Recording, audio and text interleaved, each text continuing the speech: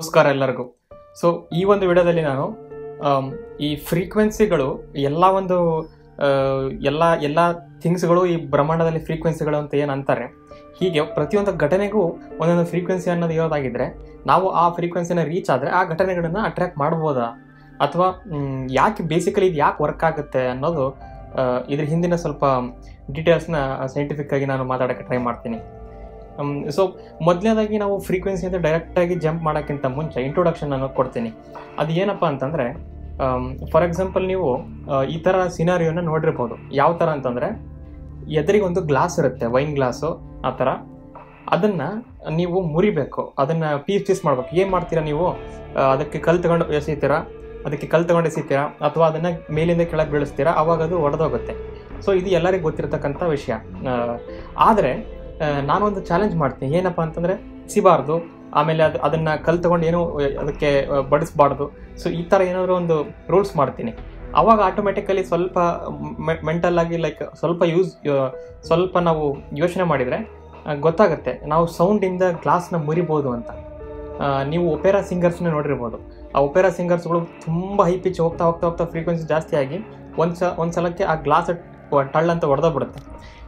So ಇದು ಇಷ್ಟೇ ಅಲ್ಲ, ಸೀಸ್ಮಿಕ್ ವೇವ್ಸ್ ಅಂತ ಬರುತ್ತೆ, ಭೂಕಂಪ ಅಂತ ಬರುತ್ತೆ. ಈಗ ನೀವು ಮನೇನ ಹಿಂಗೆ ಮಾಡೋಕ್ಕೆ ಹೋಗಿ ಅದು ಮನೆ ಬೀಳಲ್ಲ, ಯಾಕಂದರೆ ಆ ಫ್ರೀಕ್ವೆನ್ಸಿ ಮ್ಯಾಚ್ ಆಗಿಲ್ಲ. ಅದೇ ಭೂಮಿನೇ ಇಡೀ ಶೇಕ್ ಆಯ್ತು ಅಂತಂದರೆ ಅದು ಪೀಸ್ ಆಗುತ್ತೆ, ಮನೆಯೆಲ್ಲ ಬಿದ್ದೋಗ್ಬಿಡುತ್ತೆ. ಯಾಕೆ ಹೀಗಾಗುತ್ತೆ? ವಾಯ್ಸಿಂದ ಯಾಕೆ ಗ್ಲಾಸ್ ಮುರಿಬೇಕು? ಇದರ ಹಿಂದಿನ ಒಂದು ಸೈಂಟಿಫಿಕ್ ರೀಸನ್ ಏನಪ್ಪ ಅಂತಂದರೆ, ಬ್ರಹ್ಮಾಂಡದಲ್ಲಿ ಎಲ್ಲ ವಸ್ತುಗಳು ಇನ್ಕ್ಲೂಡಿಂಗ್ ಆಟಮ್ಸ್, ಮಾಲಿಕ್ಯೂಲ್ಸ್ ಎಲ್ಲ ಹಿಡ್ಕೊಂಡ್ಬಿಟ್ಟು ಅವು ವೈಬ್ರೇಷನರಿ ಸ್ಟೇಟಲ್ಲಿದ್ದಾವೆ. ಅಂದರೆ ಎಲ್ಲವಕ್ಕೆ ಒಂದು ಪರ್ಟಿಕ್ಯುಲರ್ ಫ್ರೀಕ್ವೆನ್ಸಿ ಅಂತಿದೆ. ಇವಾಗ ನಾನು ಬಂದು ಗ್ರೀನ್ ಕಲರ್ ಯಾಕೆ ಗ್ರೀನ್ ಇದೆ ಅಂತಂದರೆ ಅದು ಆ ಒಂದು ಪರ್ಟಿಕ್ಯುಲರ್ ಫ್ರೀಕ್ವೆನ್ಸಿಯಲ್ಲಿ ಇರುತ್ತೆ.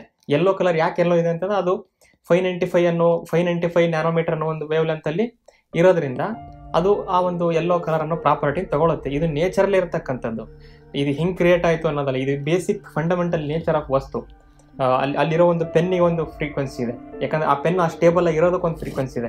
ಆಟಮ್ಸು ಎಲ್ಲ ಆಟಮ್ಸ್ಗಳು ಸ್ಟೇಬಲ್ ಆಗಿರ್ತವೆ ಅಂತಂತಾರೆ, ಅದಕ್ಕೊಂದು ಫ್ರೀಕ್ವೆನ್ಸಿ ಇರುತ್ತೆ. ಸೊ ಬೇಸಿಕಲಿ ಏನಂತಂದರೆ, ಜಗತ್ತಿನಲ್ಲಿ ಇರ್ತಕ್ಕಂಥ ಎಲ್ಲ ವಸ್ತುಗಳಿಗೂ ಎಲ್ಲ ಘಟನೆಗಳಿಗೂ ಒಂದು ಪರ್ಟಿಕ್ಯುಲರ್ ವೈಬ್ರೇಷನ್ ಅಂತಿದೆ. ಅಂದರೆ ಅವಕ್ಕೆ ಸ್ಟೇಟ್ಗಳಂತ ಚಾನಲ್ ಅಂತ ಕರೆಯೋಣ, ಚಾನಲ್ ಅಂತಗಳು ಇದೆ. ಆ ಚಾನಲ್ ಥರದ್ದೇ ಇನ್ನೊಂದು ಫ್ರೀಕ್ವೆನ್ಸಿನ ನಾವು ಜನರೇಟ್ ಮಾಡಿದರೆ, ಫಾರ್ ಎಕ್ಸಾಂಪಲ್ ಗ್ಲಾಸಿಗೆ 50 ಹರ್ಟ್ಸ್ ಅಂತ ಒಂದು ಫ್ರೀಕ್ವೆನ್ಸಿ ಇದೆ ನ್ಯಾಚುರಲ್ ಆಗಿ, ಅದರ ಪ್ರಾಪರ್ಟಿ ಅದು. ಆ 50 ಹರ್ಟ್ಸ್ ಅನ್ನೋದನ್ನು ಇನ್ನೊಂದು ಕಡೆಯಿಂದ ನಾನು ಕೊಟ್ಟರೆ ಅದಕ್ಕೆ ಇದರ ವೈಬ್ರೇಷನಲ್ ಆಗಿ ಅಥವಾ ಸೌಂಡಲ್ಲಾಗಲಿ ಲಾಂಜಿಟ್ಯೂಡನಲ್ ವೇವ್ಸಲ್ಲಾಗಲಿ ಅವೆರಡು ಎನರ್ಜಿಯನ್ನು ಎಕ್ಸ್ಚೇಂಜ್ ಮಾಡ್ಕೊತವೆ. ಇದಕ್ಕೆ ನಾವು ರೆಸೊನೆನ್ಸ್ ಅಂತ ಕರಿತೀವಿ. ನ್ಯಾಚುರಲ್ ಫ್ರೀಕ್ವೆನ್ಸಿ ಅಂದರೆ ಗ್ಲಾಸಿಗೆ ಇರ್ತಕ್ಕಂಥ ನ್ಯಾಚುರಲ್ ಫ್ರೀಕ್ವೆನ್ಸಿ ನಮ್ಮ ವಾಯ್ಸ್ ಅಲ್ಲಿ ಬರ್ತಕ್ಕಂಥ ಫ್ರೀಕ್ವೆನ್ಸಿ ಮ್ಯಾಚ್ ಆದರೆ ವಾಯ್ಸಲ್ಲಿ ಇರ್ತಕ್ಕಂಥ ಮ್ಯಾಕ್ಸಿಮಮ್ ಎನರ್ಜಿ ಸೊ ಇದಕ್ಕೆ ನಾವು ರೆಸೊನೆನ್ಸ್ ಅಂತ ಕರಿತೀವಿ. ಅಂದರೆ ಇಲ್ಲಿ ಬೇಸಿಕಲಿ ಒಂದು ಹೊಸ ಪದ ಬಂತು. ರೆಸೊನೆನ್ಸ್ ಅಂದರೆ ಏನಂತಂದರೆ, ಈ ಜಗತ್ತಿನಲ್ಲಿ ಇರ್ತಕ್ಕಂಥ ಪ್ರತಿಯೊಂದು ವಸ್ತುವಿಗೂ ಒಂದು ಘಟನೆಗೂ ಒಂದು ಫ್ರೀಕ್ವೆನ್ಸಿ ಇದೆ. ಅದೇ ಥರದ ಇನ್ನೊಂದು ಫ್ರೀಕ್ವೆನ್ಸಿಯ ಸೋರ್ಸ್ ಇದ್ದಲ್ಲಿ ಜನ್ರೇಟ್ ಆಗಿದ್ದಲ್ಲಿ ಅವೆರಡು ಎಕ್ಸ್ಚೇಂಜ್ ಆಗ್ತವೆ. ಎರಡು ಎನರ್ಜಿ ಎಕ್ಸ್ಚೇಂಜ್ ಆಗೋದ್ರಿಂದ ಒಂದು ಬದಲಾವಣೆ ಕಾಣುತ್ತೆ.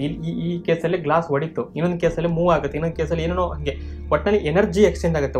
ಇದರಿಂದ ಇದಕ್ಕೆ ಇದು ಹೌದು, ಇದು ಒಂದು ಸೈಂಟಿಫಿಕ್ ಮೆಥಡ್. ಆದರೆ ಇದಕ್ಕೂ ನಮ್ಮ ಎಮೋಷನ್ಸಿಗೂ ಏನು ರಿಲೇಷನ್ ಅಂತ ನಿಮಗೆ ಡೌಟ್ ಬರ್ತಿರ್ಬೋದು. ಇಲ್ಲಿ ಕೆಲವೊಂದು ಘಟನೆಗಳನ್ನು ನಾವು ನೆನೆಸ್ಕೋಬೇಕು. 1931ರಲ್ಲಿ ಡಾಕ್ಟರ್ ಯಾರ್ಲ್ ಅಂತ ಒಬ್ಬ ಸ್ವೀಡಿಷ್ ಸೈಂಟಿಸ್ಟ್ ಇರ್ತಾರೆ. ಅವರಿಗೆ ಈಜಿಪ್ಟಲ್ಲಿ ಒಬ್ಬ ಟಿಬೆಟಿಯನ್ ಫ್ರೆಂಡ್ ಇರ್ತಾರೆ. ಅವರನ್ನು ಮೀಟ್ ಮಾಡಬೇಕು ಅಂತ ಅವರು ಈಜಿಪ್ಟಿಗೆ ಹೋಗಿರ್ತಾರೆ. ಈಜಿಪ್ಟಿಗೆ ಹೋದಾಗ ಟಿಬೆಟಿಂದ ಈ ಯಾರು ಸ್ಟೂಡೆಂಟ್ನ ಮೀಟ್ ಮಾಡ್ಬೇಕಂತ ಹೋಗಿದ್ದಿಲ್ಲ, ಆ ಸ್ಟೂಡೆಂಟ್ನ ಫ್ರೆಂಡ್ ಬಂದು ಸ್ವಲ್ಪ ಬರಬೇಕು ಅಂತ ಹೇಳ್ತಾನೆ. ಆವಾಗ ಈ ಫ್ರೆಂಡ್ ಏನು ಹೇಳ್ತಾನೆ, ನಾನು ಡಾಕ್ಟರ್ ಯಾರ ಜೊತೆ ಸ್ವಲ್ಪ ಮಾತಾಡಬೇಕಾಗಿದೆ, ಆದರೆ ಹೋಗಲೇಬೇಕಾಗಿದೆ, ಎಲ್ಲ ಕರೆದಿದ್ದಾರೆ, ಏನೋ ಒಂದು ಕೆಲಸ ಇರ್ಬೋದು, ಅವರು ಬನ್ನಿ ಅಂತ ಅವ್ರನ್ನ ಕರ್ಕೊಂಡು ಹೋಗ್ತಾರೆ. ತುಂಬ ಹಳೆ ಕಾಲ. ಸೊ ಅಲ್ಲಿ ಟಿಬೇಟಲ್ಲಿ ಒಂದು ವಿಚಿತ್ರವಾದ ಸಿನಾರಿಯೋ ನೋಡ್ತಾರೆ ಅವರು. ಒಂದು ದೊಡ್ಡ ಗುಡ್ಡ ಇದೆ, ಅಲ್ಲಿ 250 ಮೀಟರ್ಗಳ ಆ ಗುಡ್ಡದ ಮಧ್ಯದಲ್ಲಿ, ಆ ಗುಡ್ಡದ ಮೇಲೆ ರಾಕ್ ಇದೆಯಲ್ಲ, 250 ಮೀಟರ್ ಮೇಲೆ ಒಂದು ಗುಹೆ ಮಾಡಿದ್ದಾರೆ. ಗುಹೆ ಕೆಳಗೆ ಮಾಡಿದರೆ ಓಕೆ, ಆದರೆ ಗುಡ್ಡದ ಮಧ್ಯದಲ್ಲಿ, ಗುಡ್ಡ ಒಂದು 250 ಎಷ್ಟೋ ಮೀಟರ್ ಇದೆ, ಆ ಮಧ್ಯದಲ್ಲಿ ಯಾರು ಹೆಂಗೆ ಮಾಡೋಕ್ಕೆ ಸಾಧ್ಯ? ಆ ಒಂದು ಹೋಲ್ನ, ಆ ಗುಹೆನ ಹೆಂಗೆ ಮಾಡೋಕ್ಕೆ? ಆ ಗುಹೆ ಹತ್ರ ಒಂದು ಪ್ಲಾಟ್ಫಾರ್ಮ್ ಇದೆ, ಬಾಲ್ಕನಿ ಥರ ನಿಲ್ಲಕ್ಕೆ. ಇದು ಹೇಗೆ ಮಾಡ್ತಾರೆ ಅನ್ನೋದು ಅವರು ಲೈವ್ ಆಗಿ ಟೇಪ್ ಮಾಡಿದ್ದಾರೆ ಅಂತ ಕೂಡ ಸೋರ್ಸಸ್ ಹೇಳುತ್ತೆ. ಆದರೆ ಅದನ್ನು ಕ್ಲಾಸಿಫೈಡ್ ಆಗಿ ಇವತ್ತಿಗೆ ಇಟ್ಟಿದ್ದಾರೆ.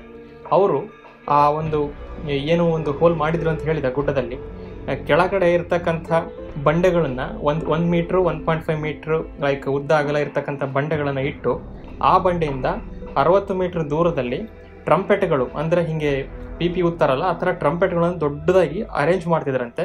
ಹಿಂಗೆ ಹಾಫ್ ಸರ್ಕಲಲ್ಲಿ ಆ ರೇಡಿಯಸ್ಸು 60 ಮೀಟ್ರ್ ಇರ್ತಾ ಇತ್ತು. ಸೊ ಆ ಥರ ಅವರು ಅರೇಂಜ್ ಮಾಡಿಬಿಟ್ಟು ಅಲ್ಲಿಂದ ಜೋರಾಗಿ ಸೌಂಡನ್ನು ಅವರು ಜನ್ರೇಟ್ ಮಾಡ್ತಾಯಿದ್ರು. ಅಂದರೆ ನಾನು ಏನು ಹೇಳಿದೆ ನೋಡಿ, ಪ್ರತಿಯೊಂದು ವಸ್ತುವಿಗೂ ಆ ಒಂದು ನ್ಯಾಚುರಲ್ ಫ್ರೀಕ್ವೆನ್ಸಿ ಅಂತಿದೆ. ಈ ಕೇಸಲ್ಲಿ ಆ ಬಂಡೆಗೂ ನ್ಯಾಚುರಲ್ ಫ್ರೀಕ್ವೆನ್ಸಿ ಅಂತ ಇರುತ್ತೆ. ಆ ನ್ಯಾಚುರಲ್ ಫ್ರೀಕ್ವೆನ್ಸಿ ಆ ಬಂಡೆಗೆ ಹೋದಾಗ ಆ ಎನರ್ಜಿ ಎಕ್ಸ್ಚೇಂಜ್ ಆಗಬೇಕು. ಸೊ ಇಲ್ಲಿ ಅವರು ಮಾಡಿರ್ತಕ್ಕಂಥ ಶಬ್ದ ಜೋರಾಗಿ ಆ ತಮಟೆಗಳ ಮತ್ತು ಆ ಒಂದು ಇದರ ಕಹಳೆಯ ಶಬ್ದ ಅದೆಷ್ಟು ಆ್ಯಡ್ ಆಗಿಬಿಟ್ಟು ಕನ್ಸ್ಟ್ರಕ್ಟಿವ್ ಇಂಟರ್ಫಿರೆನ್ಸ್ ಆಗಿ ಈ ಬಂಡೆಯನ್ನು ಹೀಗೆ ಅದು ಪ್ಯಾರಾಬೋಲಿಕ್ ಶೇಪಲ್ಲಿ, ಪ್ಯಾರಾಬೋಲ್ ಅಂತ ಕರೀತಾರಲ್ಲ, ಆ ಪ್ರೊಫೈಲಲ್ಲಿ ತೊಗೊಂಡೋಗಿ ಅದ್ರ ಮೇಲೆ ಏನೋ 250 ಮೀಟ್ರಲ್ಲಿ ಏನೋ ಒಂದು ಮಾಡಿದ್ರಲ್ಲ ಅಲ್ಲಿ ಒಂದು ನಿಂತ್ಕೊಳ್ತು ಅಂತ ಅವರು ಕಣ್ಣಾರೆ ನೋಡಿದ್ದಾರೆ. ಇದನ್ನು ಅದರ ಕ್ಲಾಸಿಫೈಡ್ ಮಾಡಿ ಇಟ್ಟಿದ್ದಾರೆ ಅಂತ ಹೇಳ್ತಾರೆ. ಇಷ್ಟೇ ಅಲ್ಲ, ಈಜಿಪ್ಟಿಯನ್ನರು ನೀವು ನೋಡಿದಾಗ ಪಿರಮಿಡ್ಸ್ಗಳನ್ನು ಕಟ್ತಾಯಿದ್ರು. ಪಿರಮಿಡ್ಗಳನ್ನು ಯಾಕೆ ಅದೇ ಶೇಪ್ನ ಕಟ್ತಾಯಿದ್ರು? ಇದಕ್ಕೆ ಸೇಕ್ರೆಡ್ ಜಾಮಿಟ್ರಿ ಅಥವಾ ಬಯೋ ಜಾಮಿಟ್ರಿ ಅಂತ ಕರೀತಾರೆ. ಅಂದರೆ ಕೆಲವೊಂದು ಶೇಪ್ಗಳು ಕೆಲವೊಂದು ಮಹತ್ವ ಇದೆ ಅಂತ ಹೇಳಿ ಹಳೆ ಕಾಲದಲ್ಲಿ ನಂಬ್ತಾ ಇದ್ರು. ಚಕ್ರನೇ ಇರಬೇಕು, ಟ್ರಯಾಂಗಲ್ ಇರಬೇಕು, ಟ್ರಯಾಂಗಲ್ ಒಳಗಡೆ ವೃತ್ತದೊಳಗಡೆ ಸ್ಕ್ವೇರ್ ಇರಬೇಕು, ಈ ಥರ ಏನೇನೋ ಎಲ್ಲ ಒಂದು ನೀವು ರಿಲಿಜನ್ಗಳಲ್ಲಿ ನೋಡ್ತಿರಲ್ಲ ಶೇಪ್ಗಳಂತ. ಇದಕ್ಕೊಂದು ಏನೋ ಒಂದು ಮಹತ್ವ ಇರಬೇಕು, ಅದಕ್ಕೋಸ್ಕರ ಅವರು ಮಾಡಿರ್ತಾರೆ.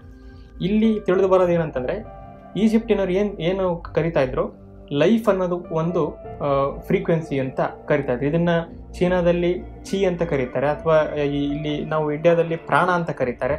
ಸೊ ಈ ಥರ ಅವರು ಕ ಮತ್ತು ಬ ಅಂತ ಕರಿತಾ ಇದ್ರು. ಯಾರು? ಈಜಿಪ್ಟಿಯನ್ರು. ಕ ಅಂತಂದರೆ ಈ ದೇಹ ಅಂತ, ಅಂದರೆ ನಮ್ಮ ಮಾರ್ಟಲ್ ಬಾಡಿ. ಈ ಬ ಅಂತಂದರೆ ಸ್ಪಿರಿಚುವಲ್ ಬಾಡಿ, ಅಂದರೆ ಆಸ್ಟ್ರಲ್ ರೆಲ್ಮ್ ಅಂತ ಏನು ಕರಿತೀವಿ. ಅಲ್ಲಿಗೆ ನಮಗೆ ಎಂಟ್ರಿ ಕೊಡೋಕ್ಕಾಗಲ್ಲ. ನಾವು ಸ್ಪಿರಿಚುವಲ್ ಬಾಡಿ ಆಗಿ ಬೇರೆ ಕಡೆ, ಅಂದರೆ ಆಸ್ಟ್ರಲ್ ಟ್ರಾವೆಲ್ ಅಂತ ಅಂತಾರೆ. ಆದರೆ ಅದು ನಾರ್ಮಲ್ಲಾಗಿ ಎಲ್ಲರಿಗೂ ಮಾಡೋಕ್ಕಾಗಲ್ಲ. ಈ ಒಂದು ಶೇಪಿಂದ, ಈ ಒಂದು ಏನು ಪಿರಮಿಡ್ ಅಂತ ಶೇಪ್ ಇದೆ, ಆ ಶೇಪಲ್ಲಿ ತುದಿಗೆ ಒಂದು ಪಾಯಿಂಟ್ ಬರುತ್ತಲ್ಲ, ಹಿಂಗೆ ಹೋದಾಗ ಆ ಪಾಯಿಂಟಿಂದ ಡೈರೆಕ್ಟಾಗಿ ನಾವು ಆಸ್ಟ್ರಲ್ ರೆಲ್ಮಿಗೆ ಹೋಗ್ಬೋದು. ಆಮೇಲೆ ಬೇರೆ ಜೀವಿಗಳ ಅಲ್ಲಿ ಆ ಒಂದು ರೆಲ್ಮಲ್ಲಿ ಇರ್ತಕ್ಕಂಥ ಜೀವಿಗಳ ಕನೆಕ್ಷನ್ ತೊಗೋಬೋದು ಅಂತ ಹೇಳಿ ಅವ್ರು ನಂಬ್ತಾ ಇದ್ರು.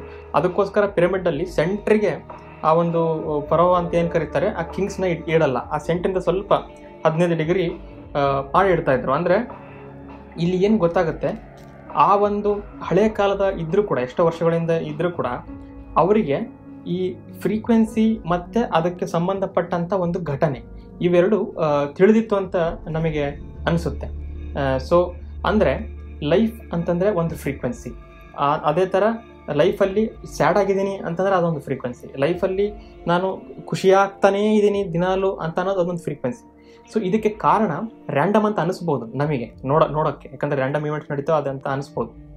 ಆದರೆ ಏನು ನಡೀತಾ ಇದೆ ಇಲ್ಲಿ ಅಂತಂದರೆ, ನಮಗೆ ಗೊತ್ತಿಲ್ಲದೇ ನಾವು ರೆಸೊನೆನ್ಸ್ ಮಾಡ್ತಾ ಇದ್ದೀವಿ ಅಂತ. ನಾನು ಹೇಳಿದ್ನಲ್ಲ, ಒಂದು ಗ್ಲಾಸನ್ನು ಒಡಿಬೇಕು ಅಥವಾ ಒಂದು ಕಲ್ಲನ್ನು ಆ ಎನರ್ಜಿ ಕೊಟ್ಟು ಅದು ಎತ್ತಬೇಕು ಅಂತಂದರೆ ಅದರ ನ್ಯಾಚುರಲ್ ಫ್ರೀಕ್ವೆನ್ಸಿ ಏನಿರುತ್ತೆ, ಅದ್ರ ಸ್ಟೇಟಲ್ಲಿ ಏನಿರುತ್ತೆ ಆ ಒಂದು ಬೀಯಿಂಗ್, ಆ ಫ್ರೀಕ್ವೆನ್ಸಿನ ನಾವು ಜನ್ರೇಟ್ ಮಾಡಬೇಕು ಹೊರಗಡೆಯಿಂದ. ಇದರ ಸೌಂಡ್ ಆಗಲಿ, ಥಾಟ್ ಆಗಲಿ, ವೈಬ್ರೇಷನ್ ಆಗಲಿ, ಅಥವಾ ಕಲರು ಈ ಥರ ಆಗಲಿ. ಇದಕ್ಕೆ ನಾವು ಬಯೋ ಜಾಮಿಟ್ರಿ ಅಂತ ಕರಿತೀವಿ. ಕೆಲವೊಂದು ಶೇಪ್ಗಳು, ಕೆಲವೊಂದು ಸೌಂಡ್ಗಳು, ಕೆಲವೊಂದು ಚಿಂತನೆಗಳ ಮೂಲಕ ಒಂದು ಘಟನೆಯ ನ್ಯಾಚುರಲ್ ಫ್ರೀಕ್ವೆನ್ಸಿಗೆ ನಾವು ಹೋಗಬೇಕು ಅಂತಂದರೆ, ಅಂದರೆ ಯಾವುದೇ ಒಂದು ಎಮೋಷನ್ ಅಂತ ತೊಗೊಂಡಿದ್ದಾನೆ, ಇದು ವಸ್ತು ಅಂತ ತೊಗೊಳ್ಳೋದು ಬೇಡ, ಗ್ಲಾಸ್ ಅಂತ ಬೇಡ, ಕಲ್ಲು ಅಂತ ಬೇಡ, ಒಂದು ಎಮೋಷನ್ನನ್ನು ನಾವು ರೀಚ್ ಆಗಬೇಕಾದ್ರೆ, ನನಗೆ ಒಂದು 1000 ಕೋಟಿ ಇದೆ, ನನಗೆ ಒಬ್ಬರು ಸಿಕ್ಕಿದ್ದಾರೆ, ನನಗೊಂದು ತೃಪ್ತಿ ಇದೆ, ನನಗೆ ಒಂದು ಒಳ್ಳೆ ಹೆಲ್ತ್ ಇದೆ, ಇವು ಒಂದು ಪಾರ್ಟ್ ಆಫ್ ಲೈಫ್ಗಳಿವೆಲ್ಲ, ಎಲ್ಲ ಒಂದು ಫೀಲ್ಡ್ಸ್ ಆಫ್ ಲೈಫ್, ಹೆಲ್ತು ಈ ಥರ ರಿಲೇಷನ್ಶಿಪ್, ಈ ಥರ ಎಲ್ಲ ಒಂದು ಫೀಲ್ಡ್ ಆಫ್ ಹೆಲ್ತ್ಗಳು. ಇವು ಎಲ್ಲವೂ ನಡಿಬೇಕು ಅಂತಂದರೆ ಏನಾಗಬೇಕು, ನಾವು ಮೊದಲು ಆ ಸ್ಟೇಟ್ ಅಂದರೆ ಏನು ಅಂತ ಅರ್ಥ ಮಾಡ್ಕೋಬೇಕು. ಆ ಸ್ಟೇಟ್ ಅಂದರೆ ಏನು ಅಂತ ಅರ್ಥ ಮಾಡ್ಕೊಳ್ಳದೆ, ಆ ಗ್ಲಾಸನ್ನು ಹೊಡೆಯೋಕ್ಕೆ ಎಷ್ಟು ಫ್ರೀಕ್ವೆನ್ಸಿ ಬೇಕಂತ ಅರ್ಥ ಮಾಡ್ಕೊಳ್ಳದೆ ನೀವು ಆ ಗ್ಲಾಸ್ ಹೊಡೆಯೋಕ್ಕಾಗಲ್ಲ. ಅದೇ ಥರ ಆ ಸ್ಟೇಟನ್ನು ರೀಚ್ ಆಗಬೇಕು ಅಂತಂದರೆ ನಾನು ಒಂದು ಫ್ರೀಕ್ವೆನ್ಸಿಯಿಂದ ವೈಬ್ರೇಟ್ ಆಗಬೇಕು. ನಾನು ಈ ಒಂದು ಸ್ಟೇಟಿನ ಫ್ರೀಕ್ವೆನ್ಸಿಗೆ ಮ್ಯಾಚ್ ಆದಾಗ ನನ್ನ ಎನರ್ಜಿ ಅದರ ಎನರ್ಜಿ ಎಕ್ಸ್ಚೇಂಜ್ ಆಗುತ್ತೆ. ಫಾರ್ ಎಕ್ಸಾಂಪಲ್, ಈಗ ನೀವು ಟೆನ್ನಿಸ್ ಆಡೋದು ನಿಮ್ಮ ಹವ್ಯಾಸ ಅಂತ ತಿಳ್ಕೊಳ್ಳೋಣ. ನೀವು ಫಸ್ಟ್ನೇ ದಿನಕ್ಕೆ ಸ್ಕೂಲಿಗೆ ಹೋಗ್ತೀರಾ. ಒಂದು ಎಕ್ಸಾಂಪಲ್ ಕೊಡ್ತೀನಿ. ಆವಾಗ ನಿಮಗೆ ಯಾರಿಗೂ ಗೊತ್ತಿಲ್ಲ, ಎಲ್ಲ ಸ್ಟ್ರೇಂಜರ್ಸು, ಫ್ರೆಂಡ್ಸ್ ಮಾಡ್ಕೋಬೇಕು ಇನ್ನು. ಆವಾಗ ನೀವು ನ್ಯಾಚುರಲಿ ಏನು ಮಾಡ್ತೀರಾ, ಎಲ್ಲರೂ ಕೇಳಿ ನಿಂದು ಯಾವ ಊರು ಹಾಗೆ ಹೀಗೆ ಅಂತ ಕೇಳ್ಬಿಟ್ಟು ನಿನ್ನ ಹವ್ಯಾಸ ಏನಂತ ಕೇಳ್ತೀರ. ಅವಾಗ ಬೇರೆಯವರು ನಾನು ಮ್ಯೂಸಿಕ್ ಮಾಡ್ತೀನಿ, ನಾನು ಏನೋ ಡ್ಯಾನ್ಸರು, ನಾನು ಏನೋ ಹೇಳ್ತಾ ಇರ್ತಾರೆ. ಆದರೆ ಒಬ್ಬರು ಇರ್ತಾರೆ, ನಾನು ಟೆನ್ನಿಸ್ ಆಡ್ತೀನಿ, ನಂಗೆ ಟೆನ್ನಿಸ್ ಅಂದರೆ ತುಂಬ ಇಷ್ಟ, ನಾನು ವೀಕೆಂಡ್ಸ್ಲೆಲ್ಲ ಭಾಳ ಟೆನ್ನಿಸ್ ಕೋರ್ಟಿಗೆಲ್ಲ ಹೋಗ್ತಿರ್ತೀನಿ ಅಂತ. ಅವಾಗ ನಿಮಗೇನಾಯಿತು, ತಕ್ಷಣ ಅಲ್ಲಿ ಒಂದು ಕನೆಕ್ಷನ್ ಆಗ್ಬಿಡ್ತು, ಏನು ನನಗೂ ಟೆನ್ನಿಸ್ ಇಷ್ಟ, ಅವರಿಗೂ ಟೆನ್ನಿಸ್ ಇಷ್ಟ, ಅಂದರೆ ಅಲ್ಲಿ ಎಕ್ಸ್ಚೇಂಜ್ ಆಯಿತು ಎನರ್ಜಿ, ಅಲ್ಲಿ ನಿಮ್ಮ ರೆಸೊನೆನ್ಸ್ ಆಯಿತು. ಆವಾಗ ನಿಮಗೆ ಅವರು ಆಟೋಮೆಟಿಕಲಿ ಫ್ರೆಂಡ್ ಆಗ್ಬಿಡ್ತಾರೆ. ಸೊ ಇದು ನಮ್ಮೊಳಗೆ ಇರ್ತಕ್ಕಂಥ ಒಂದು ಕ್ವಾಲಿಟಿ ಅಂತ ಏನು ಕರೆಯೋಣ, ಅದನ್ನೇ ಫ್ರೀಕ್ವೆನ್ಸಿ ಅಂತ ಕರೆಯೋದು. ನಮ್ಮೊಳಗೆ ಒಂದು ಕ್ವಾಲಿಟಿ ಇರುತ್ತೆ.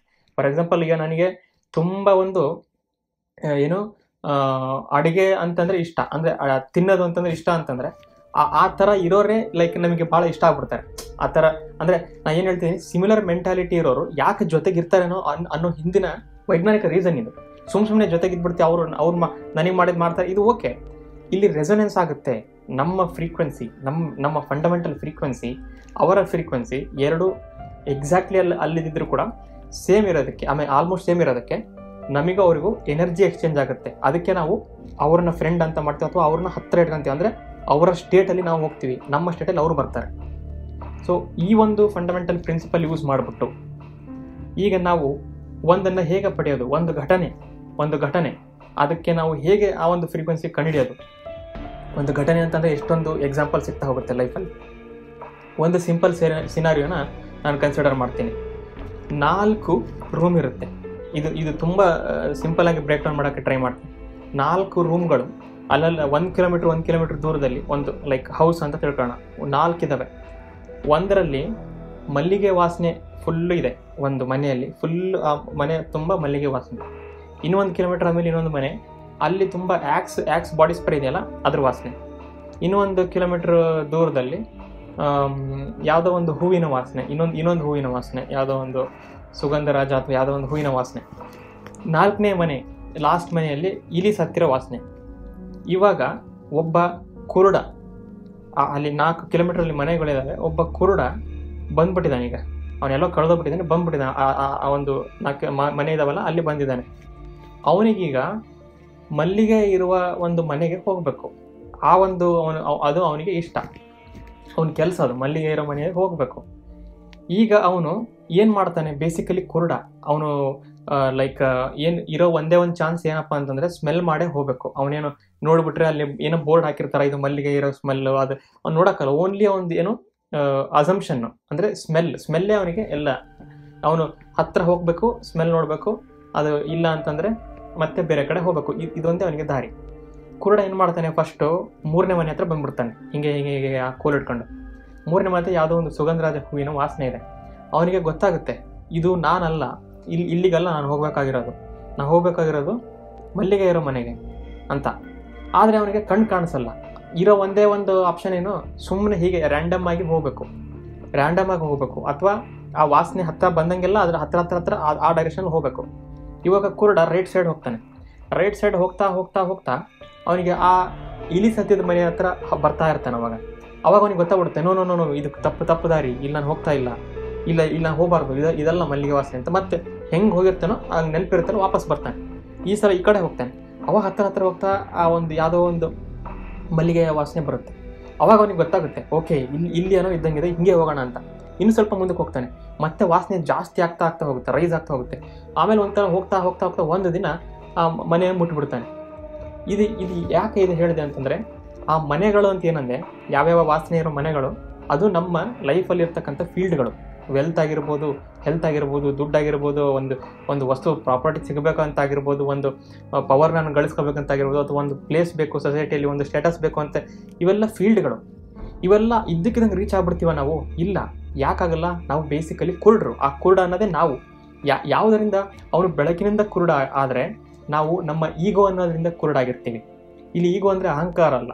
ಇಲ್ಲಿ ಈಗೋ ಅಂತಂದರೆ ನಾನು ಮಾಡಿದ್ದೆ ಕರೆಕ್ಟ್ ಇದೆ, ನಾನು ಇಷ್ಟು ಕರೆಕ್ಟ್ ಇದ್ದರೂ ಕೂಡ ನನಗೆ ಲೈಫಲ್ಲಿ ಒಂದು ಸಿಗ್ತಾ ಇಲ್ಲಲ್ಲ, ನಾನು ನನ್ನ ಬೆಸ್ಟ್ ಒಂದು ಶಾರ್ಟ್ನ ಕೊಟ್ಟಿದ್ದೆ ಆದರೂ ನನ್ನನ್ನು ಏನು ಮಾಡಲಿಲ್ಲಲ್ಲ, ಅಥವಾ ನಾನು ಇಷ್ಟೆಲ್ಲ ಕಷ್ಟಪಟ್ಟಿದ್ದೆ ನನಗೆ ಈಗ ಸಿಗಲೇಬೇಕು ಅನ್ನೋ ಒಂದು ಏನೋ ಆ ಒಂದು ಆಸೆ, ಇವೆಲ್ಲವೂ ಸೇರಿಬಿಟ್ಟು ನಮ್ಮನ್ನು ಕುರುಡರನ್ನಾಗಿ ಮಾಡಿಬಿಡುತ್ತೆ.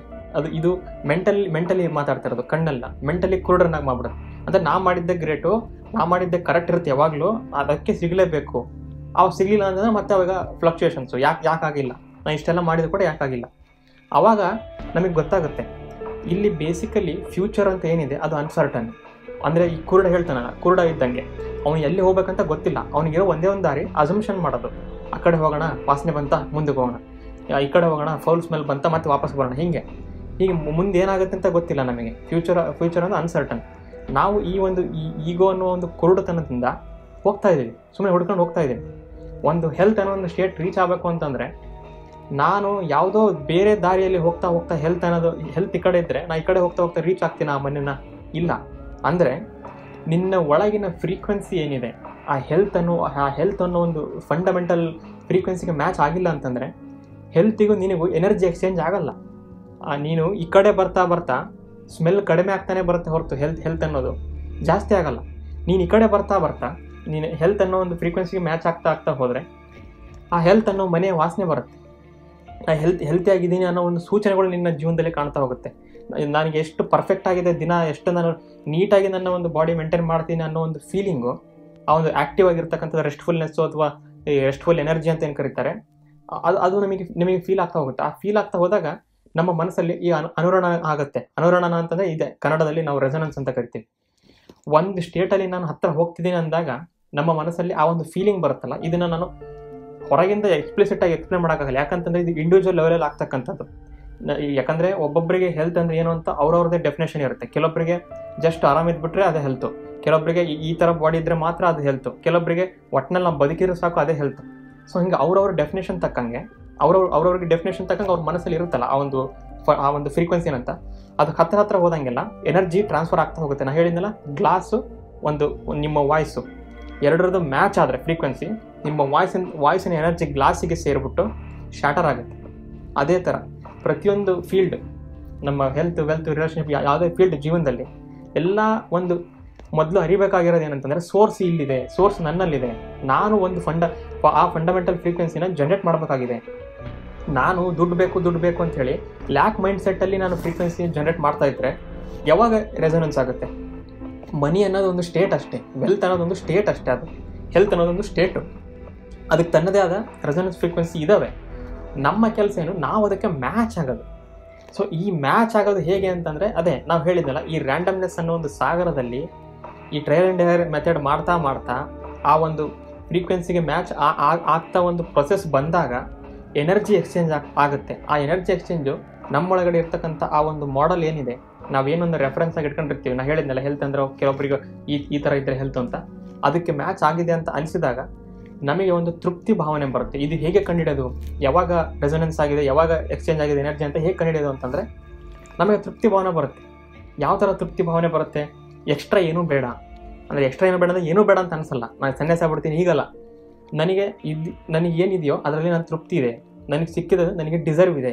ಈ ಮೂಮೆಂಟ್ ಇದಕ್ಕಿಂತ ಪರ್ಫೆಕ್ಟ್ ಇರೋಕ್ಕೆ ಸಾಧ್ಯ ಇಲ್ಲ. ಈ ಒಂದು ಲೈಫು, ಈ ಕ್ಷಣ ಅಂತೇನಿದೆ, ಈ ರೈಟ್ ನೌ, ಈ ಎಟರ್ನಲ್ ನೌ ಅಂತ ಏನಿದೆ, ಇದು ನನ್ನ ಲೈಫು, ಇದು ಹೀಗಿರಬೇಕು ಅಂಥೇಳಿ ದಿನ ಅನಿಸ್ತಾ ಹೋಗುತ್ತೆ. ಈ ಥರ ಪ್ರತಿದಿನ ಅನಿಸ್ತಾ ಹೋದಾಗ ಅವಾಗ ನಿಮಗೆ ಫೀಲ್ ಆಗುತ್ತೆ ಆ ಅನುರಣನ ಯಾವಾಗಲೂ ನನ್ನಲ್ಲಿ ಇತ್ತು, ನಾನು ಅದಕ್ಕೆ ಸ್ಟೇಟ್ಗಳನ್ನು ಚೇಂಜ್ ಮಾಡೋದ್ರ ಮೂಲಕ ಅದನ್ನು ಪಡ್ಕೊಂಡೆ.